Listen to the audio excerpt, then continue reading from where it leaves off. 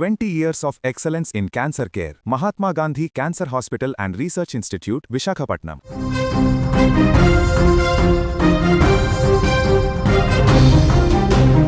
Selfie ఈ రోజుల్లో ఇది ఒక మాయ, ఒక క్రేజ్.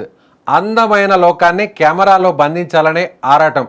కానీ అదే సెల్ఫీ ఇప్పుడు ప్రాణాలను హరించే మృత్యు పాశంగా మారుతోంది. క్షణికాలం పాటు ఫోన్ వైపు చూస్తూ మురిసిపోయే ఆ ఆనందం జీవితాంతం తీరని శోకాన్ని మిగిలిస్తోంది. ప్రకృతి ఒడిలో ఆహ్లాదంగా గడపాలని వెళ్ళిన ఆ యువతుల కలలు ఒక సెల్ఫీ క్లిక్తో జలపాతంలో కలిసిపోయాయి. అల్లూరి జిల్లాలో జరిగిన ఈ హృదయ విదారక ఘటన ఇప్పుడు అందరినీ కంటతడి పెట్టిస్తోంది.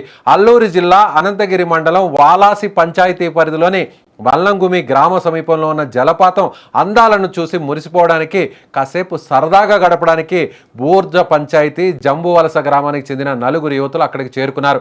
ఆ మధుర క్షణాలను గుర్తుగా ఉంచుకోవాలని, తమ ఫోన్లలో బంధించాలని వారు ఆరాటపడ్డారు.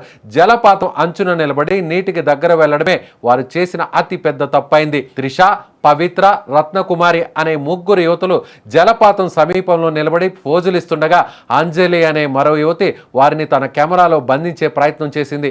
అందమైన బ్యాక్గ్రౌండ్ కోసం, నీటి ప్రవాహం స్పష్టంగా కనిపించడం కోసం వారు ప్రమాదకరమైన మలుపు వద్దకు వెళ్లారు. అదే సమయంలో కాలు జారడంతో ఒక్కసారిగా నలుగురు జలపాతంలోకి నీటిలో పడిపోయారు. నీటి ప్రవాహం ఉధృతంగా ఉండడంతో వారు తేరుకునే లోపే జరగాల్సిన నష్టం జరిగిపోయింది. సమీపంలో ఉన్న స్థానికులు ప్రమాదాన్ని గమనించి వెంటనే అప్రమత్తమయ్యారు. ప్రాణాలకు తెగించి వారిని కాపాడేందుకు నీటిలో దిగారు. కానీ దురదృష్టవశాత్తు త్రిష, పవిత్ర, రత్నకుమారి అప్పటికే మృత్యువాత పడ్డారు. ప్రాణాలతో కొట్టిమిట్టాడుతున్న అంజలిని స్థానికులు అతి కష్టం మీద బయటకు తీసి హుటాహుటిన హాస్పిటల్కు తరలించారు. ప్రస్తుతం ఆమె పరిస్థితి చాలా విషమంగా ఉంది. డాక్టర్లు ఆమెను కాపాడేందుకు శతవిధాలా ప్రయత్నిస్తున్నారు. చిరునవ్వులతో వెళ్లిన తమ బిడ్డలు శవాలుగా మారడం చూసి జంబువలస గ్రామం ఇప్పుడు శోక సముద్రంలో మునిగిపోయింది. కన్నవారి రోదనలు మిన్నంటుతున్నాయి. సెల్ఫీ అనేది కేవలం ఒక ఫోటో మాత్రమే కాదు, అది మన ప్రాణాలను ఫణంగా పెట్టేంత గొప్పది కూడా కాదు. యువత ఈ విషయాన్ని గ్రహించలేకపోతుంది. అంచున నిలబడి తీసుకునే ఒక ఫోటో మీ కుటుంబ సభ్యులకు తీరని వేదనను మిగులుస్తుందని మరొకండి. అల్లూరి జిల్లా పోలీసులు ఈ ఘటనపై కేసు నమోదు చేసి దర్యాప్తు చేస్తున్నారు.